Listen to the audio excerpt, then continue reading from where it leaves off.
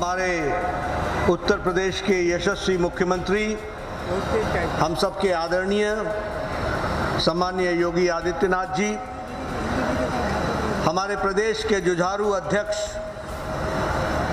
और कर्मशील अध्यक्ष श्री स्वतंत्र देव सिंह जी, प्रदेश के संगठन महामंत्री और हमारे वरिष्ठ साथी श्री सुनील बंसल जी, हमारे प्रदेश के महामंत्री अनूप गुप्ता जी, क्षेत्र प्रभारी अनूप गुप्ता जी, हमारे क्षेत्रीय अध्यक्ष श्री धर्मेंद्र सिंह जी, राकेश त्रिवेदी जी, प्रदेश के प्रभारी श्री युधिष्ठिर जी, श्री राजेश गुप्ता जी, यहाँ के सांसद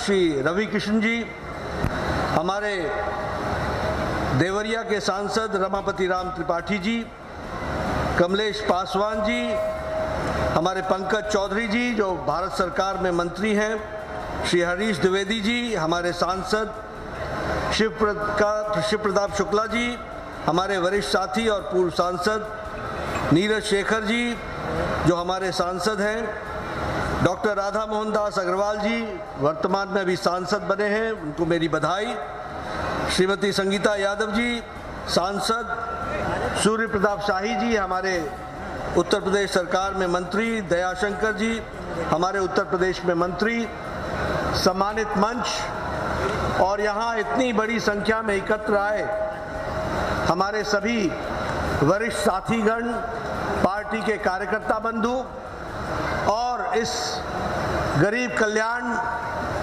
सम्मेलन में उपस्थित हमारे सभी लाभार्थी भाइयों और मीडिया के मेरे साथी, प्रिंट मीडिया और इलेक्ट्रॉनिक मीडिया के मेरे साथी, मेरा ये सौभाग्य है कि आज मुझे 2 in 1 एक ही सभा में 2 कार्यक्रमों के बारे में चर्चा करने का मौका मिल रहा है और 2 कार्यक्रमों में शामिल होने का मौका मिल रहा है।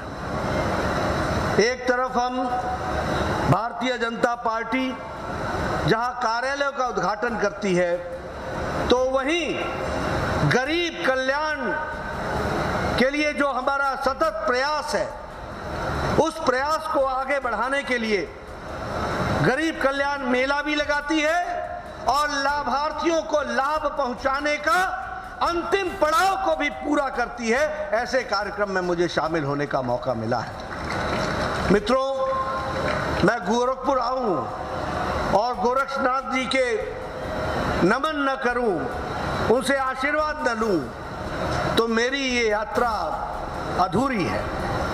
इसलिए सबसे पहले तो मैं गोरखनाथ जी को नमन करते हुए, इस पवित्र स्थान को नमन करते हुए, इस पवित्र भूमि को नमन करते हुए और साथ ही साथ यह क्षेत्र जिसने स्वतंत्रता के दृष्टि से एक विशेष योगदान किया और वो हम चौरी चौरा को भूल नहीं सकते, तो ऐसे क्रांतिकारी स्थान को भी मैं नमन करता हूं, इस पूज्य भूमि को और इस क्रांतिकारी भूमि को नमन करता हूं।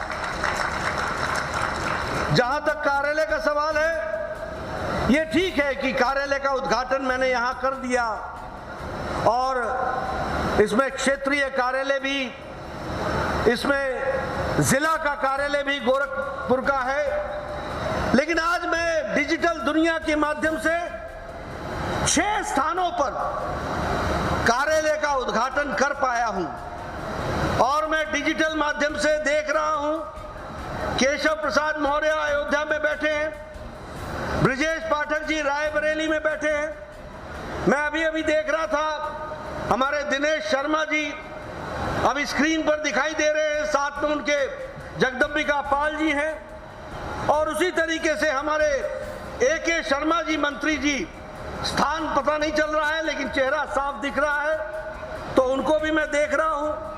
हमारे महेंद्र पांडे जी हैं, राधा मोहन सिंह जी हैं, ये सब लोग अपने अपने स्थानों पर जुड़े हैं। इन सबको भी मैं नए कार्यालय के शुभारंभ के लिए बहुत बहुत बधाई देता हूं और उनके माध्यम से वहां के कार्यकर्ताओं को भी बधाई देता हूं। मुझे ब्रजेश पाठक जी दिख रहे हैं, दिनेश जी भी दिख रहे हैं, सब लोग पूरी ताकत के साथ पार्टी कार्यालय में बैठ करके इस समय का आनंद ले रहे हैं। लेकिन लेकिन मित्रों, ये घटना ऐसे ही नहीं घट रही है। इस घटना के पीछे एक इतिहास है, इस घटना के पीछे कहानी है, जो कहानी बहुत ही गहरी है और उसको वो हमारे भारतीय जनता पार्टी की यात्रा को बताती है। मुझे याद है 2014 में जब प्रधानमंत्री मोदी जी पहली बार बने प्रधानमंत्री, वो कार्यालय आए। कार्यालय 11 अशोक रोड था, मैं महामंत्री होता था। मैंने कार्यालय की नया सज्जा की थी।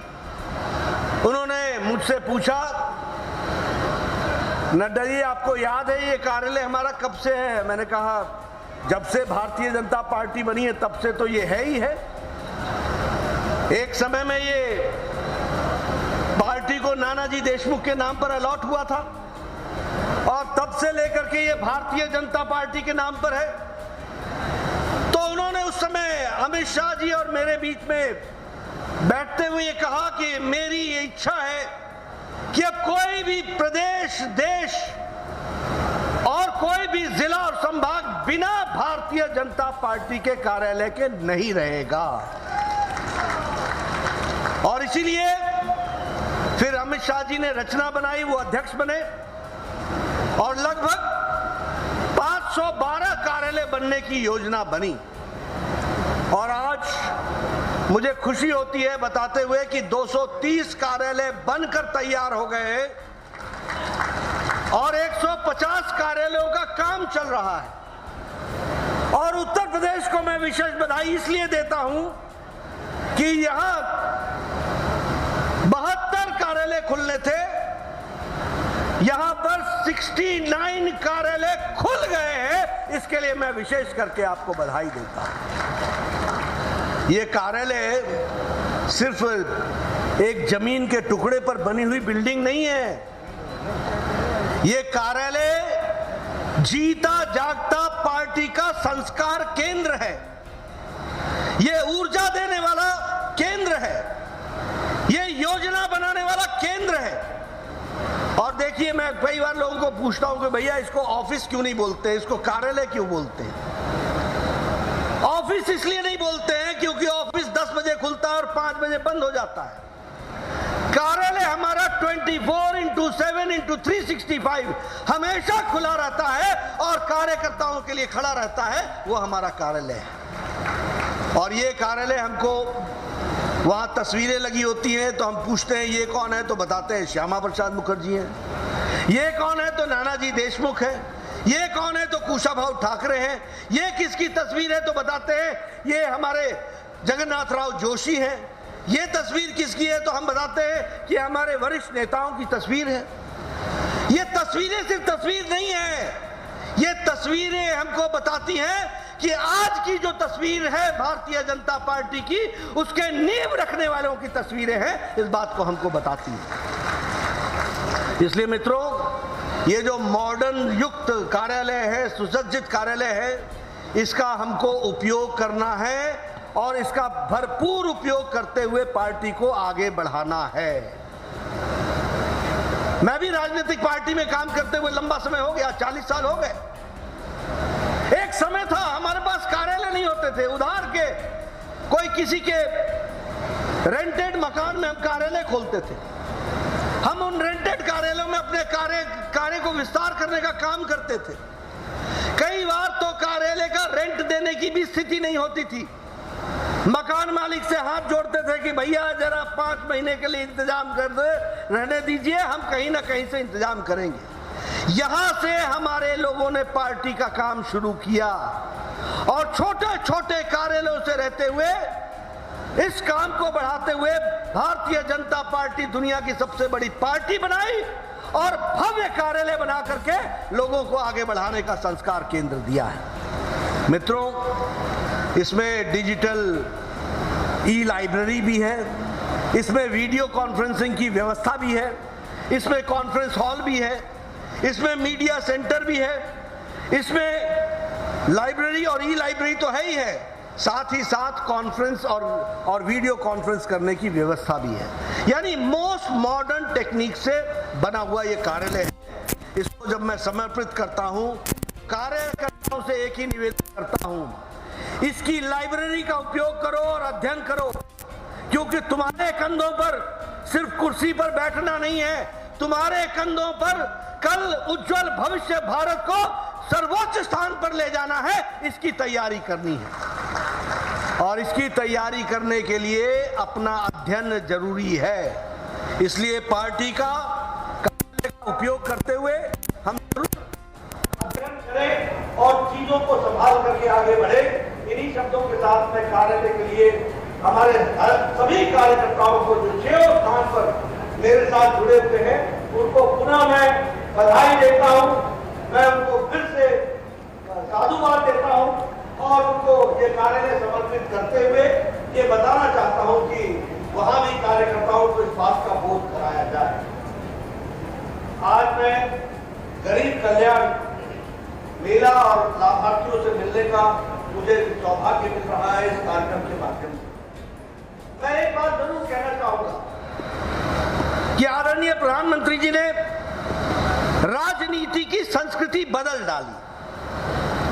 एक समय था जब राजनीति होती थी परिवारवाद, वंशवाद, धर्म पर जातिवाद, भाई भतीजावाद, भ्रष्टाचार, अनाचार, ये राजनीति के पर्यायवाची बन गए थे। लेकिन प्रधानमंत्री मोदी जी ने परिवारवाद को, वंशवाद को, संप्रदायवाद को, जातिवाद को, भ्रष्टाचार को, अनाचार को धत्ता दिखाते हुए विकासवाद की राजनीति ला करके खड़ी की है। इस बात को हमको समझना चाहिए और इसलिए मैं गर्व के साथ कह सकता हूं कि जब विकासवाद की बात आती है तो विकास सिर्फ बिल्डिंगों के साथ नहीं, विकास इस देश में रहने वाली जनता के साथ भी होना चाहिए। और इसीलिए मंत्र रखा सबका साथ, सबका विकास, सबका विश्वास और सबका प्रयास।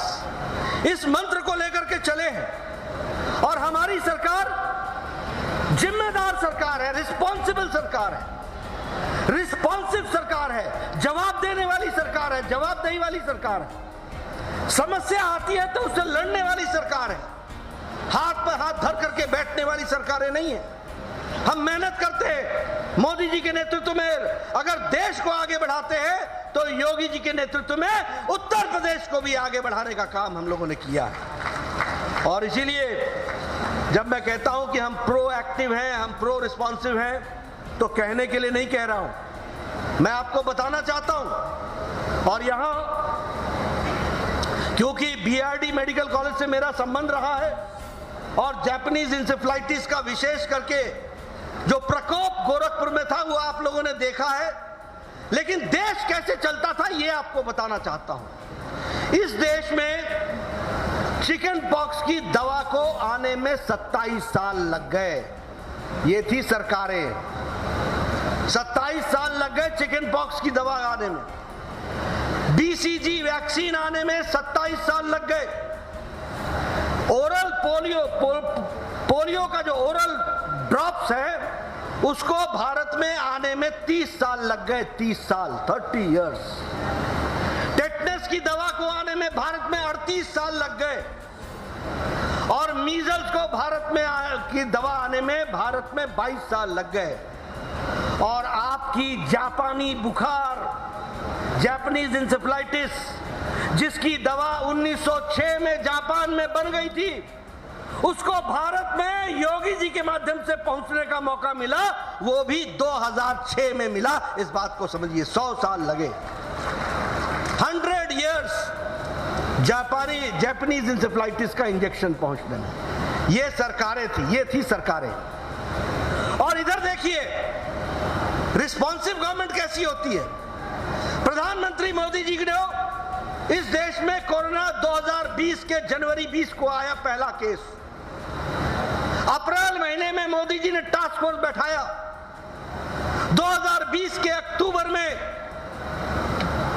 ट्रायल शुरू हो गया दवाई का। खुद जाकर के फैक्ट्री में मोदी जी ने निरीक्षण किया और 2021 की जनवरी में भारत को मोदी जी ने एक नहीं 2-2 वैक्सीन दे दी। इस बात को हमको याद रखना चाहिए। ये है रिस्पॉन्सिव गवर्नमेंट, ये है रिस्पॉन्सिबल गवर्नमेंट, ये है रिस्पॉन्ड करने वाली गवर्नमेंट। 2 वैक्सीन, और आप लोग जो अभी बैठे हैं ना, सब लोग बिना मास्क के और बड़े नजदीक नजदीक बैठे हैं। ये इसलिए बैठे हैं क्योंकि आपने 130 करोड़ के देश को 200 करोड़ का इंजेक्शन, डबल इंजेक्शन लग चुका है।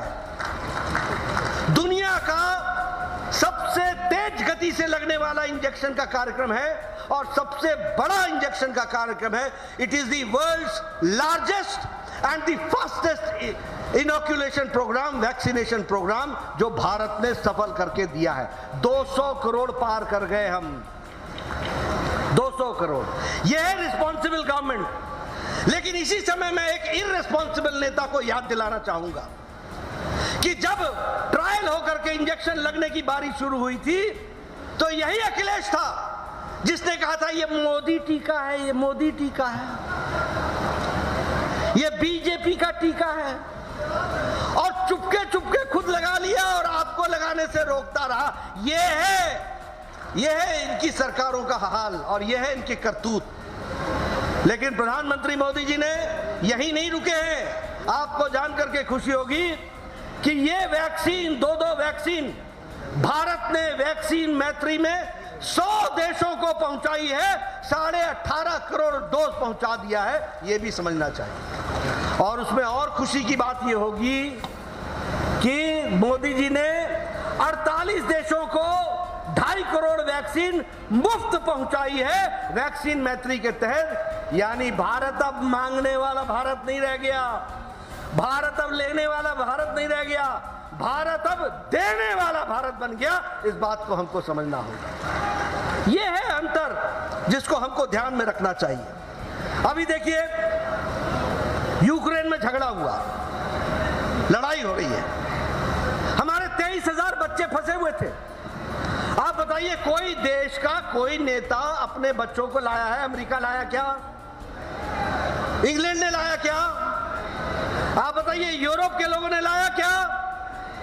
लेकिन हमारे प्रधानमंत्री जी ने एक तरफ पुतिन से बात की, एक तरफ ज़ेलेंस्की से बात की, युद्ध रुकवाया और भारत के बच्चों को तिरंगा झंडा लेकर के निकाल करके सुरक्षित 23,000 बच्चे 10 दिन के अंदर 104 एरोप्लेन की उड़ानें भर करके 14 इंडियन एयरफोर्स की और बाकी सरकारों के बाकी फ्लाइट्स, रेगुलर फ्लाइट्स में 23,000 बच्चों को सुरक्षित भारत पहुंचाया कि नहीं पहुंचाया?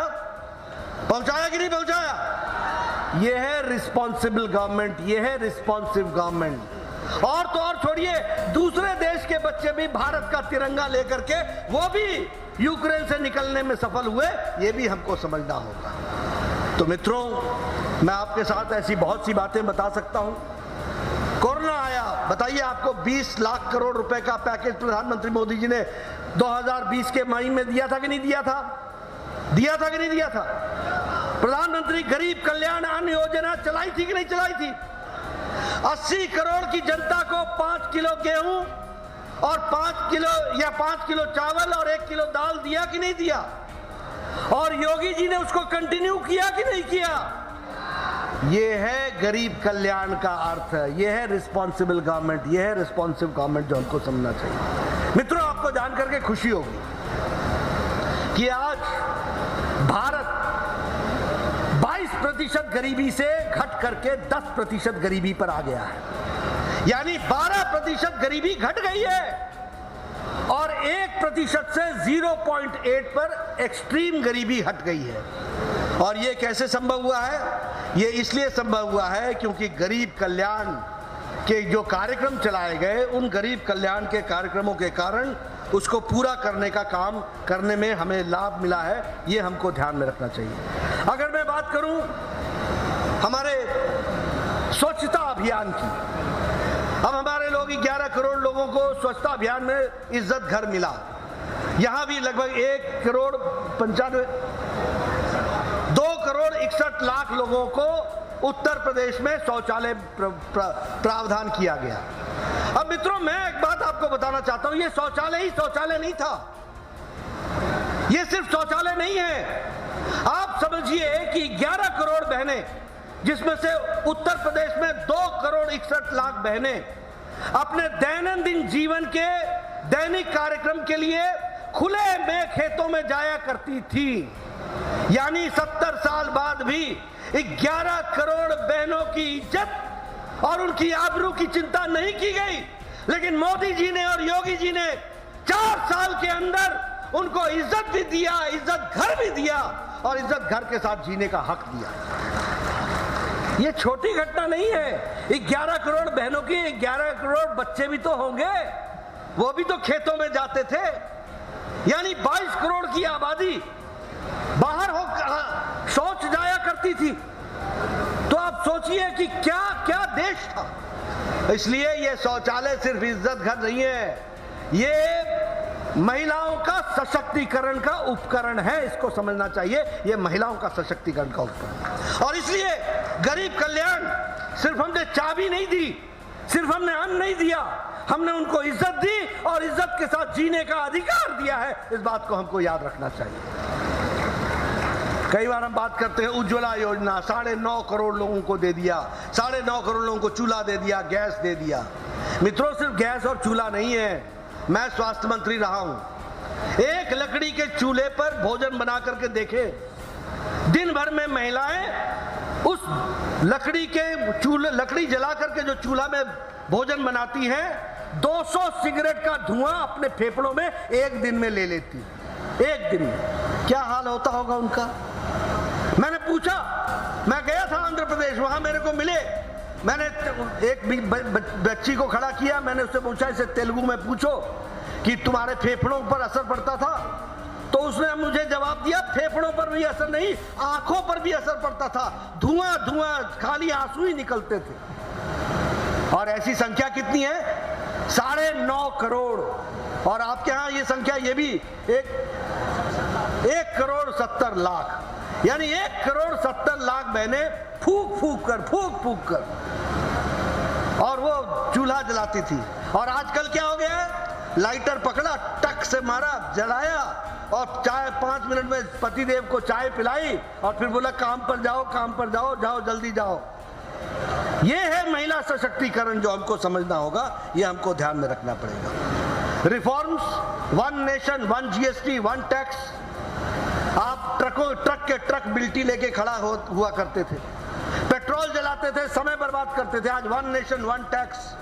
यहां से मुंबई चले जाओ, कोई रास्ते में रोकेगा नहीं, सीधे सीधे मुंबई तक पहुंच जाओ, कोई टैक्स नहीं लगेगा। यह स्थिति आज आकर के खड़ी हुई है। 1 नेशन 1 ग्रिड। बिजली के लिए कोई भी अब आवश्यकता नहीं है कि अलग अलग ग्रिड से आप लो, 1 nation 1 grid. 1 nation 1 ration card.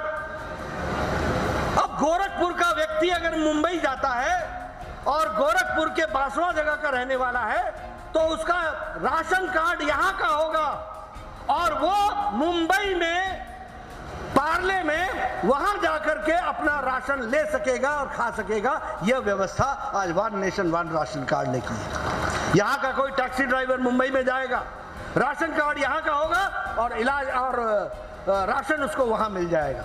बताइए, ये परिवर्तन है कि नहीं है? ये परिवर्तन है कि नहीं है? ये गरीब कल्याण को ताकत देने का माध्यम है कि नहीं है? ये करने की कोशिश चली है, इसको भी हमको याद रखना चाहिए। मित्रों, देश बहुत बदला है।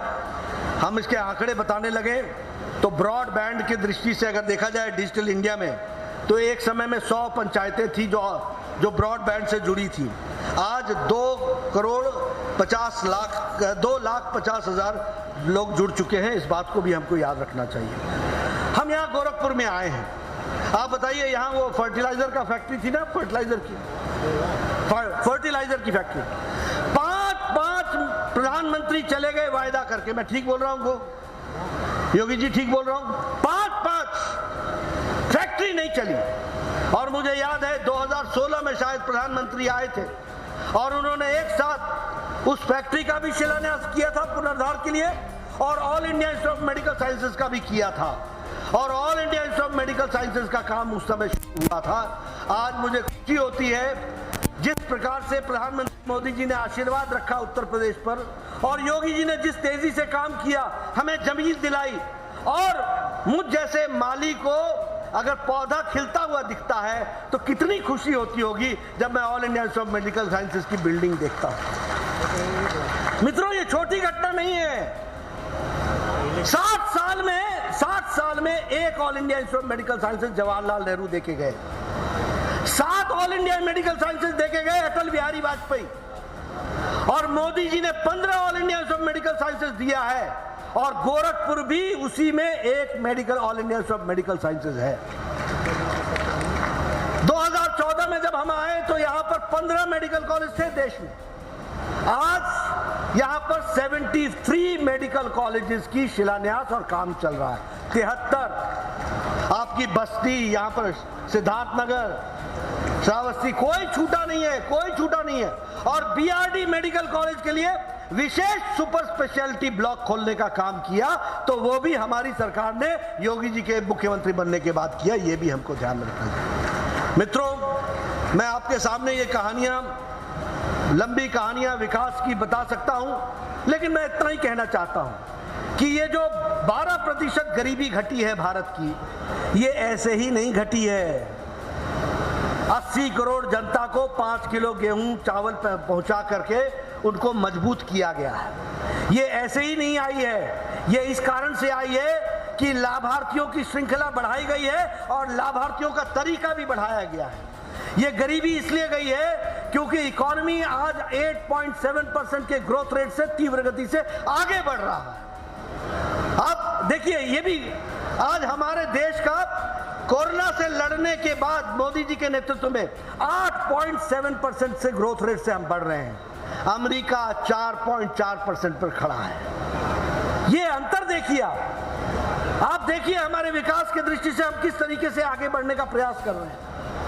हमारा जो फॉरेन रिजर्व्स है वो 300 बिलियन यूएस डॉलर था, वो बढ़ करके 600 बिलियन डॉलर हो गया है। हमारा एक्सपोर्ट वो आज 625 यूएस बिलियन डॉलर हो गया है। We are one of the major exporters. कभी किसी ने सोचा था कि खादी इस देश में कांग्रेस के लोग 70 साल गांधी और खादी के नाम पर राजनीति की रोटियां सेकते रहे, खादी को आगे नहीं बढ़ाया।